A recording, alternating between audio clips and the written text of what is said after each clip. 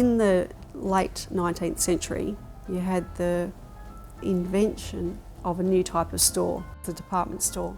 It sold a wide range of goods that was previously divided between a whole different range of small shops, but now it was all contained in the one space.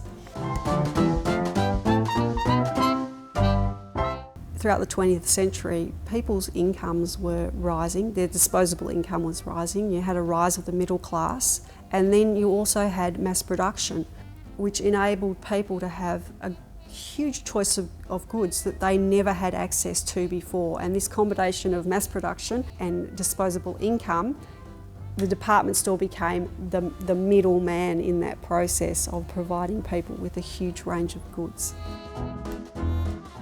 This exhibition also reminds us of the pre-Second World War immigrants, those people of Greek, Italian and Lebanese origin. All over there were these small towns and the new immigrants, the Lebanese, who'd started life as hawkers, set up their stores. And Abikhair is one of those confident young Lebanese pre-First World War immigrants who tries his hand first at hawking and then at setting up a shop in this country town called Albury. The men that came into town once a week probably didn't go into Abikhair's very much. They didn't venture past those first counters that sold menswear and perhaps the bolts of cloth, because there were the mysteries related to millinery and corsets and ribbon and lace and sewing materials. The department store implicitly instructed women about their role in society.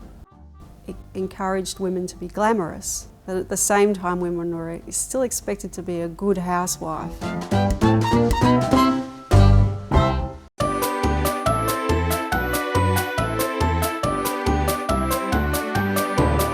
By the mid-20th century, a woman's role was becoming increasingly about her capacity to shop and whether she's a good shopper. The other thing about the department store was that women had an employment opportunity there. My name is Lorraine Boyd, and when I first started at SM Abikhair, I was 16 years of age, just left school, and this was my first job. On a Monday morning we would have to take the covers off all of the tables, and we would have to take everything off the tables and dust them, polish down the tables and then put the things back. It took most of the day by the time you got down to the bottom of the shop there and dusted all the materials and things, and then if customers came in, then you had to stop what you were doing and serve the customers. It was all about the customer. You dealt with the customer, you weren't rushed. You simply did not look across at anybody else and talk about the date you had with your boyfriend last night or that you were expecting a phone call. You were solely there for that customer and you dealt with that customer politely and courteously. Abikhair shop in Albury is really quite an iconic shop. If you needed something and you couldn't get it anywhere else, you'd go to Abikhair's. Between 1947 and 1971, over 330,000 people went through Bongilla. And Abikhair was one of the top stores in Albury. And so people from Bongilla, they would have gone to Abikhair and make sure that people, word of mouth, you hear advertising, you see the corsets being featured in the newspaper. You know, the photos were there. Particularly by the 50s, you had this rise of advertising it was integrated marketing. It was across all mediums. It sought to create a shopping experience with an overwhelming sort of abundance of goods that would encourage people to buy. To my mind, it was like going through a maze. There were just so many things on display all over the place, and you just wandered through one display through another. It was quite overwhelming in a way. As a teenager, if you wanted to go to a ball and you needed long gloves and that, and you couldn't get what you wanted, you'd always get it at Abikhair's. The important thing about the department store business was that its main money spinner was women's fashion, and within that, the most important aspect of women's fashion that was really making a lot of money was intimate apparel. We had a whole range of different corsets.